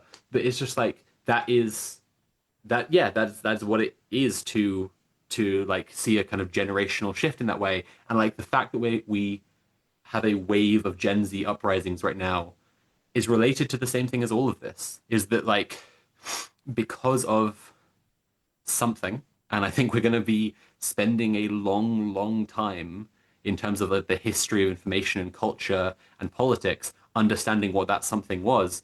Like because of something, like this young generation has woken up like massively and is in it and is doing things differently and will not tolerate the kinds of outright disgusting, dehumanizing violence that made business as usual tick over up until now. Yeah, I agree. I think that it's like when we think about how everybody is so fucking pissed, like, and everyone is so plugged in. This is the key thing. It's why Israel are so desperate to take over TikTok. Like, they're absolutely desperate. That is the main thing that they've been talking about. They literally had a presser this week, I think it was yesterday, where they were saying, yeah, TikTok is the big one. TikTok's the big one. That's where there was so much Hamas propaganda, and we need to get on TikTok and we need to sort it all out, right? And the people are not just plugged in with regards to Palestine either. Like, people are plugged in with regards to China. Like, this has been one of the most, I think, awakening last 5 years of China. And I think it's all down to Trump and how he was desperately saying all the time the China virus, the Wuhan virus, the China virus, it comes from China, it comes from China. And that's because Trump's entire deal is that he's just so pissed that China does capitalism better than the West. Like, that's Dengism, right? That's what that is. And he is so desperate to be like, no, no, no, no, no, actually, China is so bad and they created an evil thing and it's killed loads of people, but actually it's fine and you can have it. You just have to get it loads and it definitely doesn't make you have a stroke because you got threatened in a restaurant. Um, and people are plugged into China. People are looking at the shit that China's doing and they're going, oh, so the things that they're saying about the Uyghur genocide are like not quite right. You know, there's some like criticism to be had there, but that's not like it's not quite right. There are like Uyghur Muslims who live in the Xinjiang province of China, and they're completely allowed to practice their faith, and their culture has not been erased, and you know all that stuff that they said is just like not true. Then you've got things like, oh, look at all these technological advances that are happening in China. Oh shit, they like released some glue that you can like glue bones together with, and they heal in like a week. And it's like people are going, hang on a minute, like why don't we have any of that? Why don't we have anything good? Why does everyone in China like have a house? Why does everyone in China have fucking like healthcare? Why can people go to China? I could go to China right now and fucking get an operation. I could go to China right now and get a fucking X-ray, and it would be vastly cheaper than if I sought private healthcare anywhere else in the world. So, you know, people are waking up to like the fact that, oh, actually the US just isn't that good, and neither is The Britain, and it's the nothing to do video with, you know. the video of the exoskeleton Chinese soldiers was like rocked my shit so hard. That's the Like key thing. That's the key thing. It's like while all this like fucking nonsense is happening, while Trump is there, like you say, packing the USA up into a tiny box and then getting its weak, lame fucking military that don't even want to fucking be there. Literally, like you see the military parade, and there's like a guy holding a drone. Meanwhile, in fucking China, they're doing this like military parade, and they've got battalions of drones flying in sync all together, and it's like, what the fuck is happening? Like, they've got exoskeletons that like mean that fucking soldiers can carry like M1 Thompson fucking heavy machine guns and shoot them with one fucking hand. Like, obviously, everyone who's listening to this show is going to be like, what the fuck are you talking about? Red Planet's gone insane. No, you could just find this stuff. You could just look it up. It's all real. no, like It's I really understand this feeling. Like for all the times people have asked, like, what would it be like to be a caveman, and someone comes and shows you like a plane, Like that's how it increasingly feels. That's how it increasingly feels to like live in the disgusting rotten West and see like please President Xi, we yearn for freedom. Like Yeah, it's just it's so so ridiculous. And I you know I try to like I we can be realist about this that like China is a real place and its government is real people and they like doubtless have their problems and whatever, but it's just like you say, you know, just like the misinformation, like the COVID thing is just so naked that like trying to push this like evil enemy that doesn't really give much of a fuck about you. yeah, Like China recognizes that America is a threat. They have a bunch of nukes, they have a bunch of military, whatever. Um, but in terms of like the US and the USSR were in this like neck and neck, locked in this fucking death struggle, and it was all about like we must beat them, like on both sides. And China has so much just like we just don't fucking care. Like they are just doing their own thing, yeah, and and so like xenophobic American politics, it just falls so flat and looks so pathetic to like everyone and their mum when you're just like China, China, China, and China doesn't know who you are, bro. yeah, They don't know. yeah, They don't know who yeah. you are. They're not gonna fight you. They No, don't need to. yeah. They're They're they're gonna only, contribute troops to the army to save the world, and each of those ones are yep, gonna be worth 50 of yours. yep. Uh, The fucking President Xi Jinping super soldier exoskeleton, two M1 fucking Thompsons in each hand, just fucking absolutely blowing IOF jets out of the sky. Like, come on. And yeah, I think that that's, yeah, like, the Palestinian, I think it's the Palestinian Authority applied to be part of BRICS, yeah, and they've not heard anything back because it's only literally just happened today. And China has said that if, Palestine was part of BRICS, they would help develop it with Belt and Road Initiative style funding and aid. Whether that amounts to military aid and military funding, don't know. Remains to be seen. Again, very sort of like isolationist, but maintains very good relations with the rest of the world. Very unlikely that it would have any kind of direct military involvement straight away. But yeah, if it was a UN resolution, absolutely they would give troops 1,000%. And yeah, it's kind of like at this point, I think that China is like so unbothered by the West that I wouldn't be surprised if they've developed far superior technology to be able to like detect nukes if they are aimed at China and just shoot them in out of the sky, either over the Pacific or over the Siberian, tundra.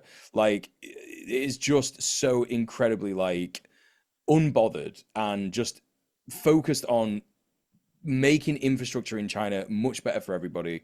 It's just absolutely wild. So I think that like mm, that's the key thing. And in terms of like, what is going to happen in Palestine, I think like if we because we've zoomed out quite a lot here. I was actually going to do this before. I was going to say like just before we talk about like bring it back together and talk about what's going on in mm, Palestine now. Like I just want to definitely.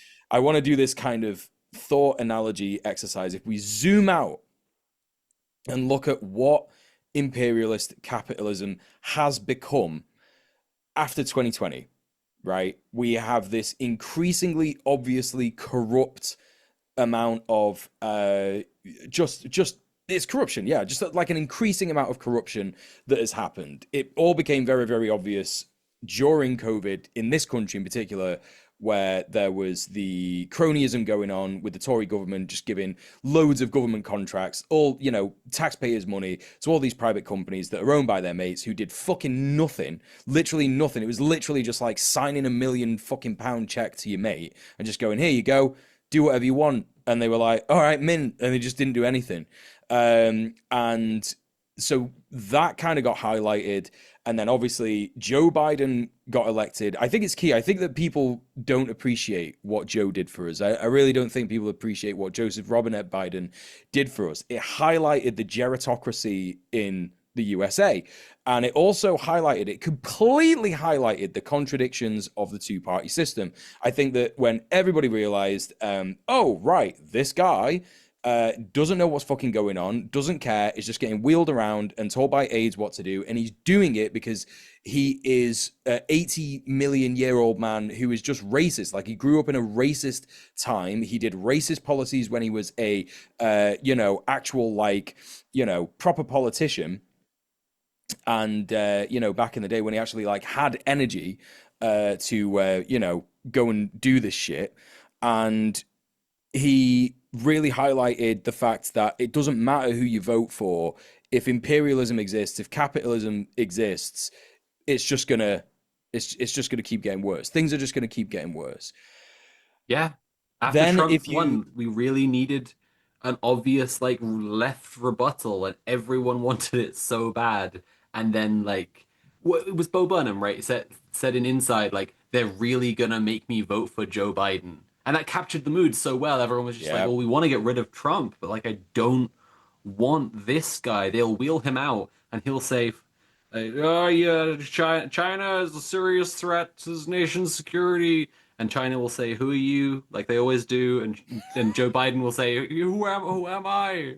Uncle What? Posey, he was shut I down. remember He got Corn eaten Pop by went to cannibals. China once. He had all new kidneys put in."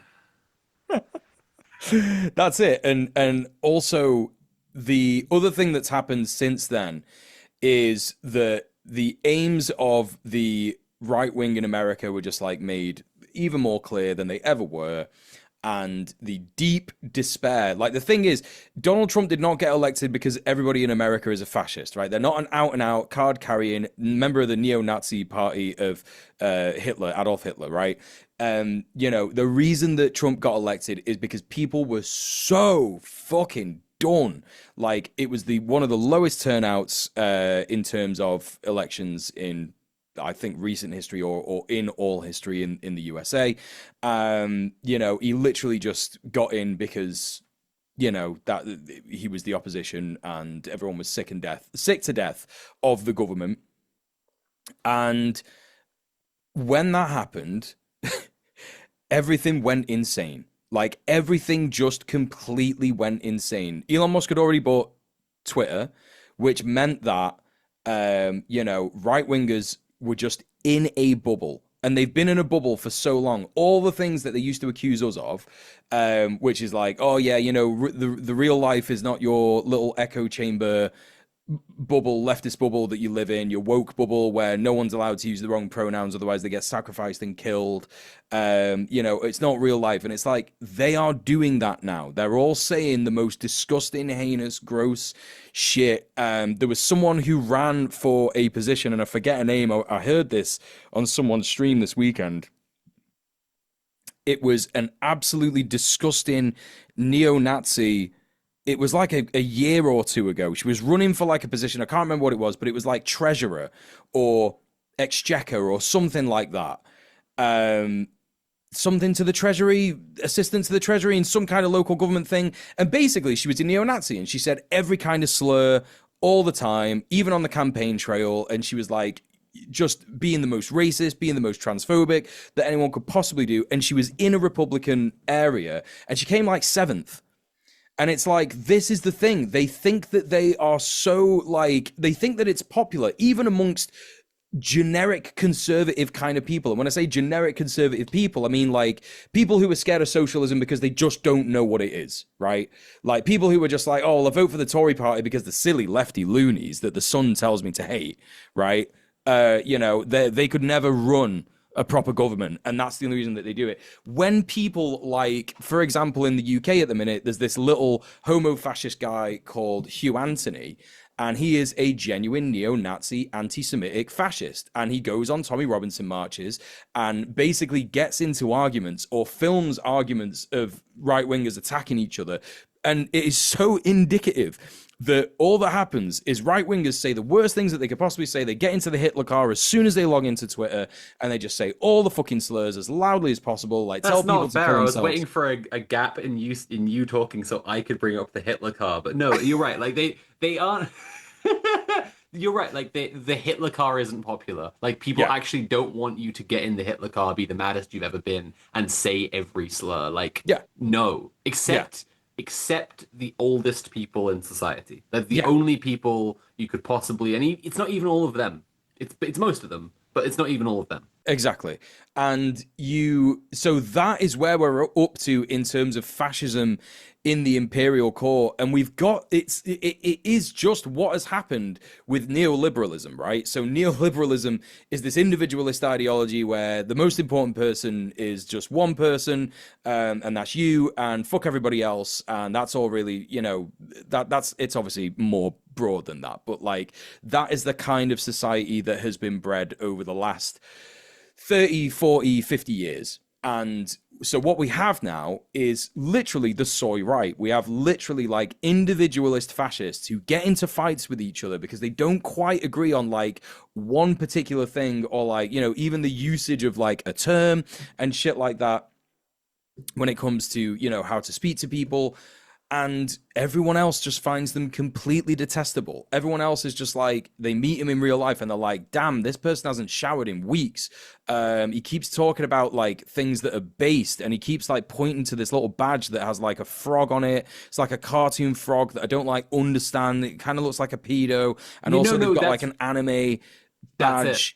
badge. Yeah, That's exactly it. You know, when groypers show up to like when the groypers tried to show up to Charlottesville, or when yeah, like meme lord guys with like the flag of Kekistan tried to show up to like um Appalachian reactionary working class like rally, kind of like, some guys who would not want to be calling themselves Nazis, but they are like basically Nazis. But then a guy shows up with the Kyrgyzstan flag and they're like, "Get the fuck out of here! You're so embarrassing." yeah, And it's like the the right wing, like, absolutely spoiled on their successes, like the right wing grifters and like public personalities have all turned into the guy who shows up to the like to the white pride rally with the Kekistan flag and everyone exactly, hates him.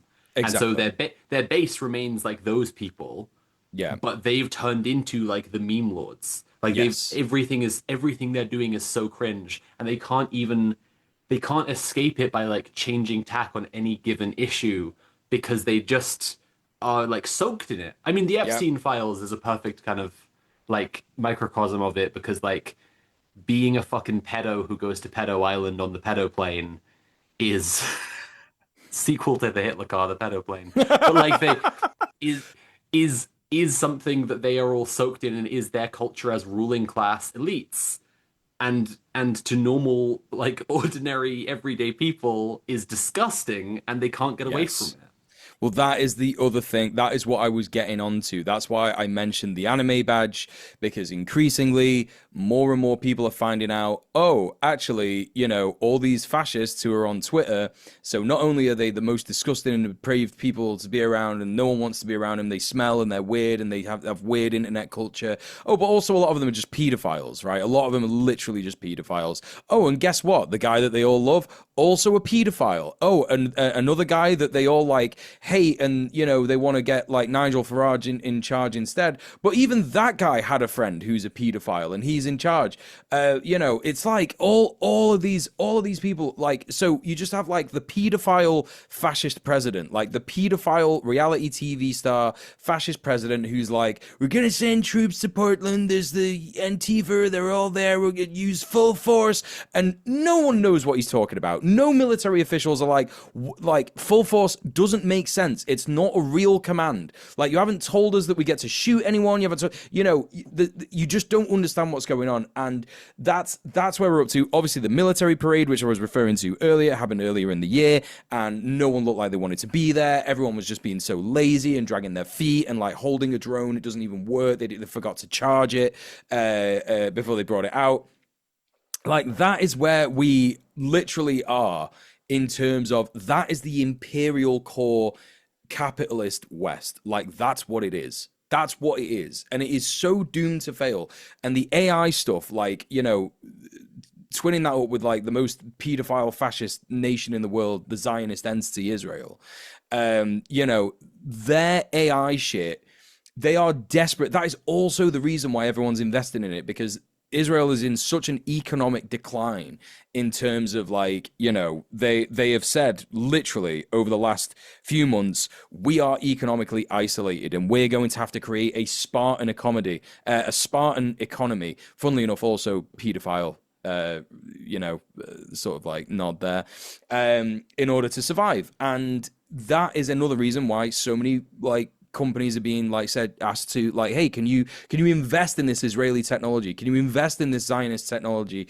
And it's even being shielded as to what kind of people are developing the technology. People are just like saying, "Oh yeah, we'll invest in Palantir, and we're not going to tell you how that technology is being used in Israel. Invest in this drone company, and we're not going to tell you how these drones are being used in Israel.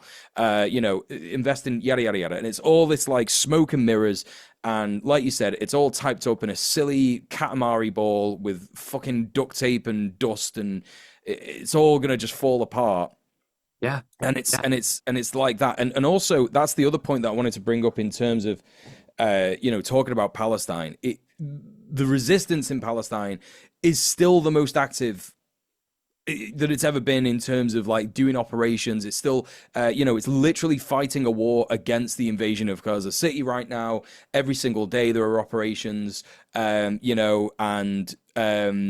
Israel is upping its genocidal activities. It's bombing Gaza even more, like in terms of just bombing civilians. Obviously, it always just bombs civilians. It doesn't bomb resistance fighters.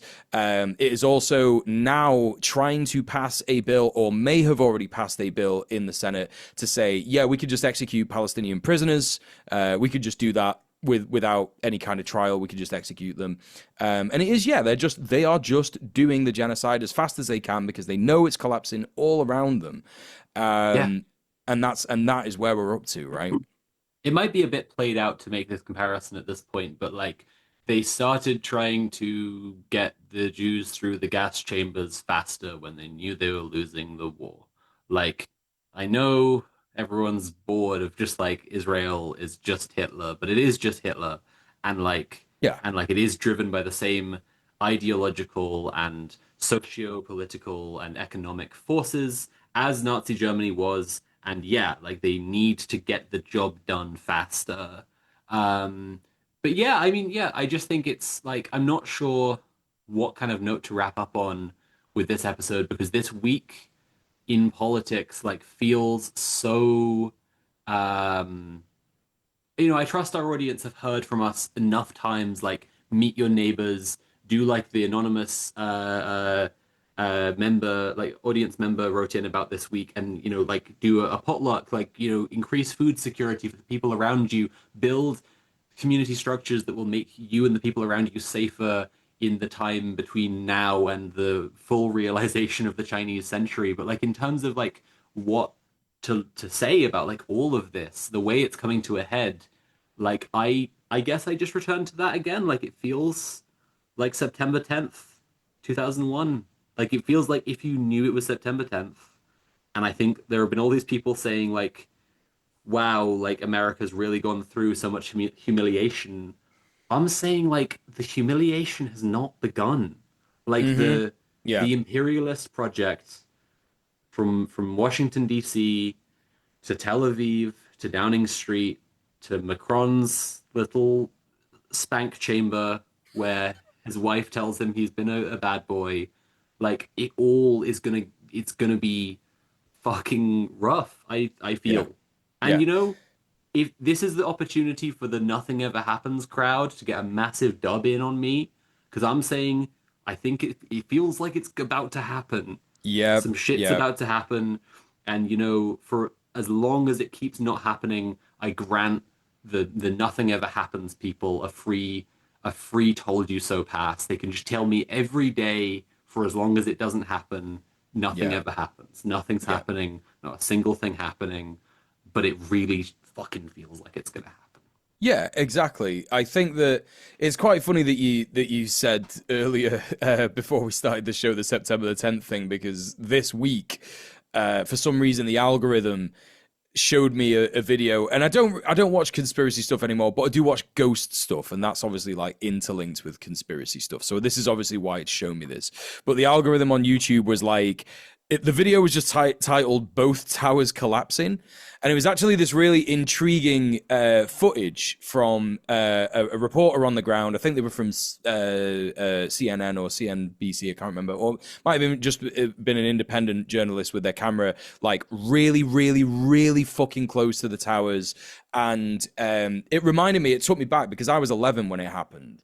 And I didn't have any fucking thoughts about what it was or anything. It just kind of felt like, whoa, this is like an American movie that I see on the TV. But then after that, there was all the Iraq War stuff, and then it kind of made sense to me a little bit. It was like, oh, okay, so September the 11th was because people hate America, and now they want to go and bomb those people. Right? Okay, it makes sense.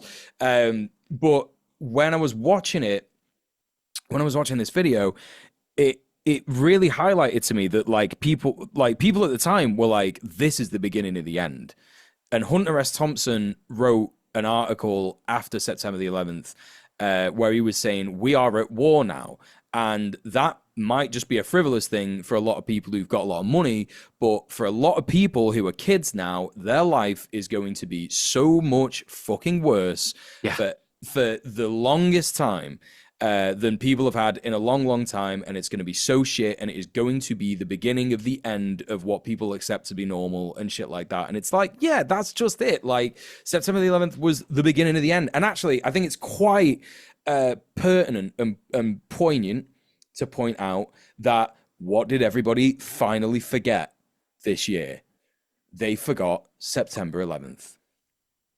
Right? In the midst... We forgot!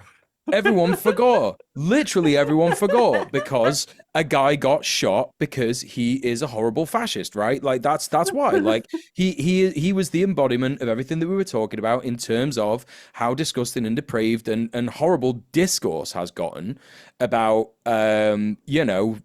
how fascists talk and the kind of things that they say. Like Charlie Kirk was the kind of guy who said the most disgusting and depraved things that inspired fascists now to say the most disgusting and depraved things. And he got domed.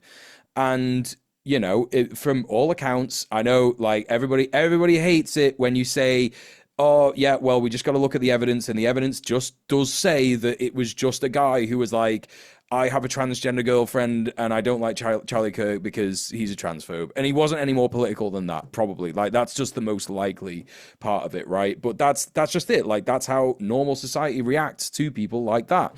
And everyone forgot 9/11, which was the beginning of the end. So, in the entire motto of never forget, it's all out the window. And now everyone must remember 9/10, but everyone's kind of already forgotten about that. Like that's where we're up to. That's kind of why I said what I said about Charlie Kirk just now, because I'm not really feeling the same kind of pressure that everyone was saying that we should feel in the week after his death, because it was like all of a sudden this huge no, don't say anything, don't you dare mention Charlie Kirk, don't ever speak about him unless you're just gonna like talk about how much you wanted to suck him off or whatever. And now it's like, no, everyone's forgot about that. No one fucking cares. No one fucking The only time I heard someone talk about Charlie Kirk was earlier today. I was watching Denim's stream, and she was watching Gavin Newsom's fucking podcast. Right? That's also the world that we live in. Like, that's also another important thing to remember. We live in a world where Gavin fucking Newsom, the worst, like, liberal Democrat fucking governor of California, tweets like Trump because he thinks that that's what people want, and also calls Trump a communist. And he also has a podcast where he spoke to a fucking Twitch streamer saying, what do you think we should do? And the Twitch streamer was like, everyone's got no money. And Gavin Newsom was like, wow, what do you think about Roblox? And it's like, what the fuck is happening? So that's like, everyone has forgotten about Charlie Kirk already. It's not the big thing that everybody wanted it to be, except for all the fucking psycho fascist losers on Rumble like Benny Thompson and sorry, not Benny Thompson, Benny Johnson, and fucking Candace Owens is still going on about how it's definitely Israel. Like, this is the whole thing. Like, we are at some kind of bizarre junction where something insane is going to happen. Like, we are literally living in unprecedented times. If you can I guess like the meaning is not. I don't know. Is that the right word to use when you just like we just don't know what's going to happen because Yeah, like there isn't a roadmap for this right now. there's I mean, I nothing. Yeah, it's yeah, this is just going to be such a huge thing unless nothing happens. yeah. And in that Unless case, unless just nothing at all happens and we yeah. just kind of exist. We kind of exist in September 10th forever. But I don't think that's it. I just don't see it, you know. It's impossible. I just don't see us going on eternally, you know, like we look at what the serious proposal for an alternative is, right? And it's Peter Thiel's world. And in Peter Thiel's world, like mass surveillance is documenting every tiny bit of everything everyone does all of the time, so that they have like essentially like the thing that they fearmongered about China, like everyone has a social credit rating, but it's for being a fascist instead of for whatever else. Um, and using this mass surveillance, everyone is completely controlled because their entire life is managed through apps. But these fucking like Silicon Valley brain geniuses cannot conceive of people just taking their phones and just throwing them away. Like they hate this idea so much they can't even imagine it. But it's like people fucking hate their phones, man. Like you're trying to say we're going to use like Curtis Yarvin's master plan to get to a society where everything is run through Facebook. Dude, people hate Facebook. Like, that's not happening. That's not real. That's just not fucking real. Every change you have made the last 30 years to integrate your tech solutions into everyone's lives so that, like, a mechanic working on a car engine has to, like, register things through a fucking app for it to work at all. Like, everyone hates that and wants it to go back. They all want rid of Silicon Valley and Silicon Hmm. Valley to be out of their lives forever. And Yeah, so, like, the idea that they're going to create this society, firstly, with what money? Secondly, people will just throw away their phones. People hate their fucking phones. ever And since. thirdly, Yeah, the bubble is just about to burst, yeah, you know, and it's going to be one big beautiful economic plane flying into the World Trade Center tower of the AI tech bubble. Just yeah. I and that's the episode for you. um I ever since we saw the phones nailed to the ceiling of the blacksmith in the Zad, I have dreamed of the day when I do that. It's an omen. It's It's an coming. omen. Everyone Yeah. is going to, we will all over the world, maybe not simultaneously, but ZADs will be established, whether they are urban, city center, autonomous zones, or communes if we return to the fields, if we return to the commons, and establish ZADs and communes and all that kind of stuff, and live intentionally. Everyone will just one after the other nail their fucking smartphones to the ceiling in a ritualistic manner and fucking take a bunch of magic mushrooms and go, yes, this is what it's about. Like this, like that's just what's gonna happen. Um, I'm convinced of it. So yeah, I just wanted to cap that on the You end have there. nothing to lose but your phones. Yeah. Well, yeah, that is a great place to leave it. Yeah, so if I was a viewer of Red Planet, a listener of Red Planet, and I thought, damn, she's got some great opinions. Where can I hear more Sophie from Mars opinions? I'll tell you a Sophie from Mars opinion, and that's that Red Planet is supported by Patreon. And our viewers keep the show going. Sorry, it's just in the show notes. We do it this way around. No, no, I'm no, having an no, no, autism no. It's moment. fine. Uh, It's fucking uh, fine. Red Planet is made possible by the support of our patrons at patreon.com/red_planet. There are various different tiers you can support us at. I've learned today that you can actually gift Patreon subscriptions to other people if you want to do that. And through that, you can get things like our Discord. You can get all sorts of lovely rewards. Go read about them on patreon.com/red_planet. But the highest tier of reward is called sicko mode. And if you are a sicko, then you get a personal thank you at the end of every single show. It looks like this. Thank you, Risk Inverse, for being our Sicko tier patron. Thank you. We really need more patrons in order to keep the show going and to keep doing what we're doing. Finish the Zad doc, go film other docs, show people how they could live intentionally outside of capitalism. I know we're going to do that, but I would like to do it with with the funding, please. Um, if you want to check out my stuff personally, linktree.ee/Sophie from Mars is a link to all my stuff. I make YouTube video essays. I stream on my Twitch. I am mostly on Tumblr. I'm sometimes on Blue Sky, and that's about it. But please go to my Patreon and support me financially there. Mule, where can people find more of you? You can go to linktree.ee/DJMUEL.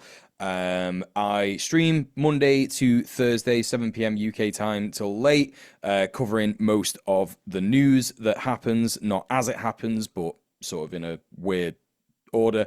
Yeah, I also create stuff on TikTok. Some of my TikToks have been popping off recently, so head over to TikTok. I'm DJMU3L on TikTok. Unfortunately, someone took the E. And yeah, I also do YouTube videos. I do little clips of my stream that you can find. That's Mule Twitch clips on YouTube, and you can also get some other longer agitprop kind of style videos on my YouTube as well. So head over to linktree.ee/DJ Mule.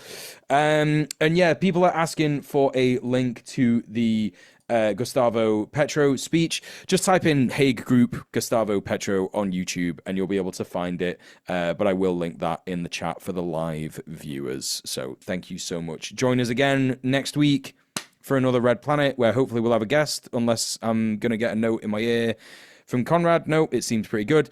Yeah, join us next week. Hopefully we'll have a guest. If not, we'll have another amazing discussion. And thank you so much, everyone, for watching, listening, wherever you are. Bye. Bye. Whew.